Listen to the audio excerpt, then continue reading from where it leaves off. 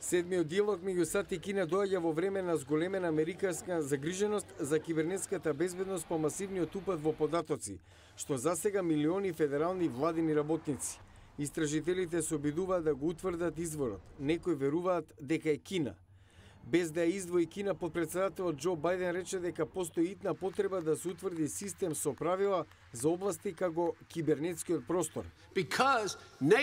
Земјите што користат кибернетска технологија како економско оружје или профитираат од кражба на интелектуална сопственост, ги жртвуваат утрешните придобивки за краткорочна корист денеска.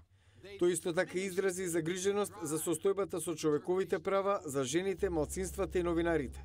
САД и досега беа вокална опозиција на кинеските проекти на градење острови во проблематичните области на Јужното Кинеско море.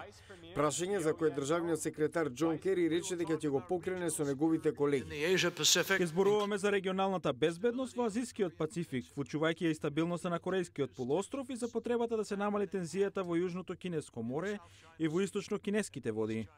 На ова државниот советник Јанг Џејџи рече дека Кина ја поддржува навигацијската слобода ширум светот и ја смета за важна кибернетската безбедност. Сметаме дека државите треба заедно да работат во развивање на меѓународен кодекс за споделување информации во кибернетската област.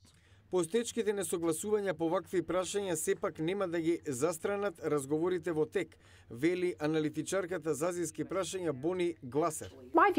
Според мене, овие прашања се разделени. Не мислам дека тензијата во врска со Јужното Кинеско море и кибернетиката ќе се прелее врз економските теми.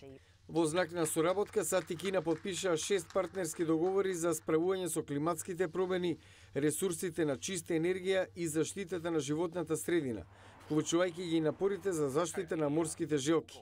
Диалогот го подготвува теренот за посета на кинескиот претседател Ши Џинпинг во Вашингтон во септември.